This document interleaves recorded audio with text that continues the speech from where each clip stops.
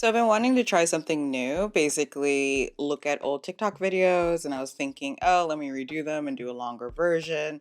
However, I realized it'd be a lot easier just to sort of play them and react and add the extra stuff because this was back when, not YouTube, when TikTok only allowed like up to 1 minute and then it was like up to 3 minutes. But anyway, since I talk about such complex things and I always have a million things going through my mind, thank you, ADHD. I feel like I always have extra things to add. So let's explore this. Okay, so this is about cancel culture. This was in response to someone commenting on one of my videos, and they were like, I refuse to cancel Gloria Steinem.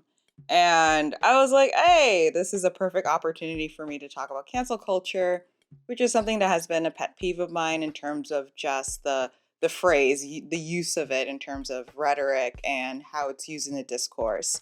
Um, Interpersonally, it's not as big of a deal. I think it's really on the media side that I have been particularly annoyed by. And because of that, like trickle down, because it was really, I think, the mainstream media mainstreamed the use of that language. And I think it's worth exploring more. Oh, yeah, I forgot to say, the last time I posted this, I got a little bit of pushback because people noticed the different examples that I gave and they read it as me, speaking about that person negatively. And I just want to say that is not the case. I literally don't have enough feelings about these people. These are just personal examples from my life where people that like I never really heard of and I never saw, and then all of a sudden I saw them a lot. And it was only because they were connected to cancel culture. And you'll see why that's relevant. Cancel culture does not exist. It is a term stolen from queer communities of color and stolen from Black Twitter that white people use to play the victim when they're called out on their bigotry. I'm going to say it's not just about white people being called out on their bigotry. I think that was really how it got really popular. But also, I've written about this, I've blogged about it. But essentially, cancel culture has also been used by abusers, basically by people who have more power and they are trying to turn the tables and trying to play the victim. And very much, I think the thing about cancel culture is that it's very much denigrating public action. So you don't see the same sort of drama when people are talking about blacklisting. Why? Because rich, powerful people do blacklisting and it's behind closed doors. So I think the whole like culture, like cancel culture panic is very much about the power of work, just sort of like um, the power differentials are shifting a little bit. It's a little bit of a loss of power, or at least a loss of sense of power.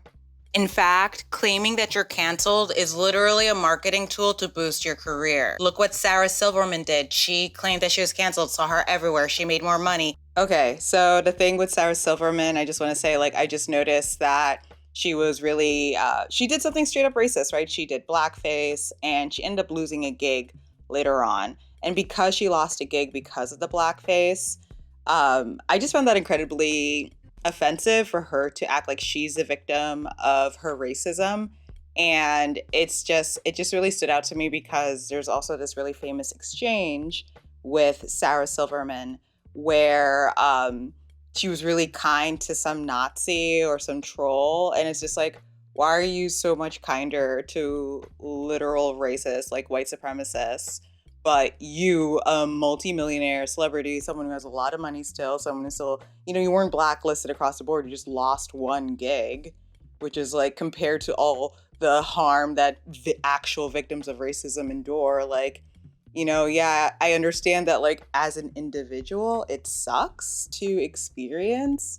But I don't like that she took those shitty feelings and like went on a rampage in terms of like, it just felt like she was like very much trying to tell Hollywood, don't take racism seriously. Like, it's really bad. Like, I shouldn't have any consequences for my racism, my racist acts, right? Because I think sometimes people like to label the whole person, but I think it would be more specific to be like good acts or bad acts. So I'll say, like, it's a racist act, like, for her to feel like she gets to dictate the terms of when, like, she's been held accountable enough just shows that she didn't truly understand the harm that she perpetuated. And I hated that the media just like went with it. Like they went with her white femininity. Like if you look at the screenshot I picked, see she's wearing pigtails and she's like confused. She's like, oh my God, I made money off of doing blackface. Oh wow, I'm so innocent even though I'm a grown-ass rich woman with lots of resources. You know what I mean? It was just like annoying. Okay, anyway. Funny, Kevin Hart claimed to be canceled, saw him everywhere, made more money. Kevin Hart stuff was so annoying because I literally see him all the time. He's fine. And I just remember the only times I would see him would be, or like see him talking for a while, like would be on Twitter or whatever. He's just always talking about the people who don't support him, the people who don't like him. And like, yeah, I understand it's not nice to like not be universally loved, but literally no one experiences that.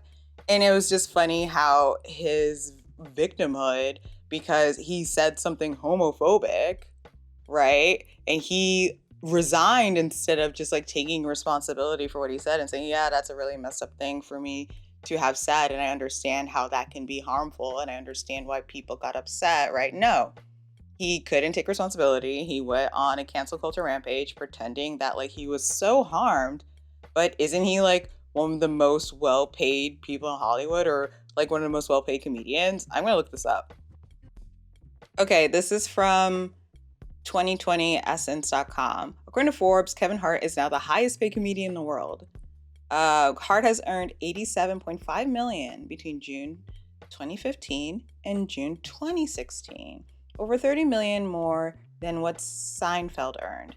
So, like, why are you complaining? I would see his face when I go to the ATM. I would see his face when I look at the commercial. Anyway, that's why it's just like, if you're so canceled, why do I know about it? If you were actually canceled, I would not know that you exist. You would not be getting attention because most people never get any sort of media attention for even more serious things. ContraPoint claimed to be canceled, and literally I have not heard more of her since she started playing victimhood that way. Cancel culture is not real, folks. Again, people have sent me some stuff about her. I just don't care enough to like dig into it. Literally, it was just that I only really heard about ContraPoints every so often on Twitter, but I didn't care enough to dig into it. I wasn't really I didn't watch YouTube videos back then. Like I just barely started doing it because I realized I wanted to make some YouTube videos, and I have to see examples and see what I like and like see what works and just get familiar with the medium. Just like when you pitch a publication, it's good to read the essays to see if your pitch is going to be a good fit.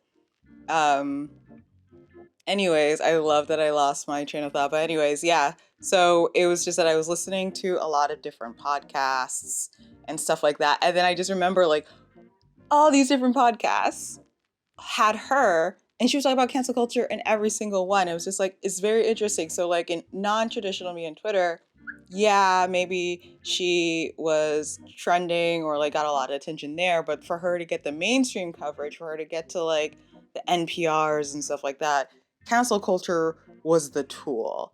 And that's basically what I'm saying, is that people will use cancel culture to get more attention.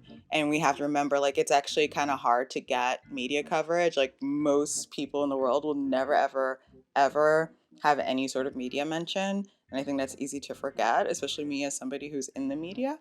So that's why I included her. Again, not attacking anyone. I just think I like to use common examples, right, as a theorist, and to show like this is what's happening, especially since this is sort of a recent-ish phenomenon. Is a play by the powerful to maintain control of the dominant discourse. I should say, when I say that cancel culture is not real, I'm not saying that the behaviors that people describe under the cancel culture umbrella don't exist, right?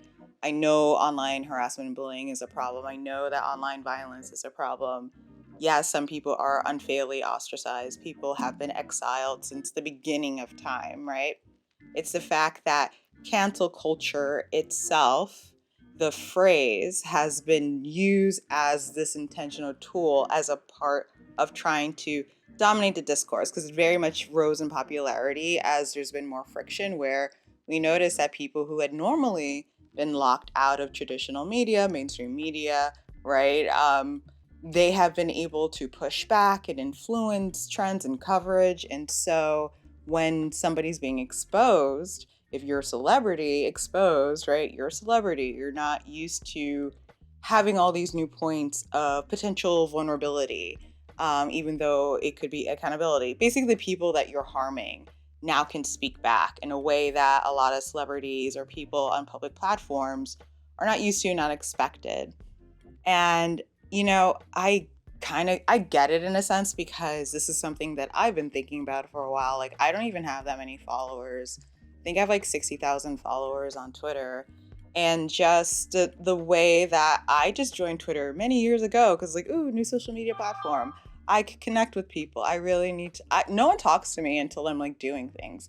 Anyway, I joined Twitter as an individual way before all this other stuff. And now I have 60,000. And just like the responsibilities and the pressures and the new vulnerabilities, um, you don't know. There's really no roadmap and it's something new to navigate. And there's like new responsibilities on me that I didn't ask for because I don't ask for followers. You know what I mean? Like, I'm mostly talking to myself. So and I'm always surprised when people are like, yeah, I read that thing. I'm like, oh my God, yeah. People pay attention to what I say? Really? And you remember it? And it like has an impact? That's pretty cool. Um, but yeah, I think it's just part of that friction. So when people in power feel this sort of like loss of power to shift, right? A potential shift, even if it doesn't exist. But I would say that social media, in spite of all the inequalities, still has really changed the game, right? They're going to use their tools, which is mainstream media, to change public sentiment, to shape public sentiment, to get folks on their side. So then it's basically a way. So basically, the way that I see it is that rich and famous people, there's very few of them, right? We'll say like there's 1,000 of them in the world or whatever, or 2,000, whatever, right? Compared to billions.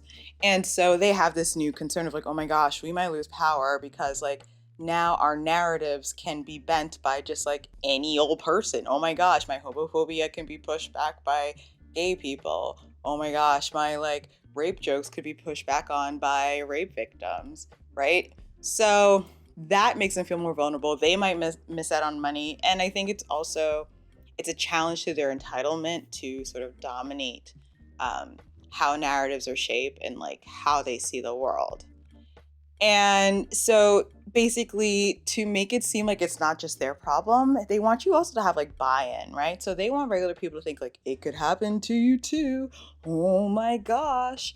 And so I think cancel culture was sort of a way to like erase the power differential that's at play when people do like quote unquote call outs, when someone cancels, right? Because very often you'll see, oh, I'm a victim of cancel culture used by abusers, politicians, people who have done wrong and they don't want to take accountability or they want to like divert attention. So I think it's really important to think about the ways that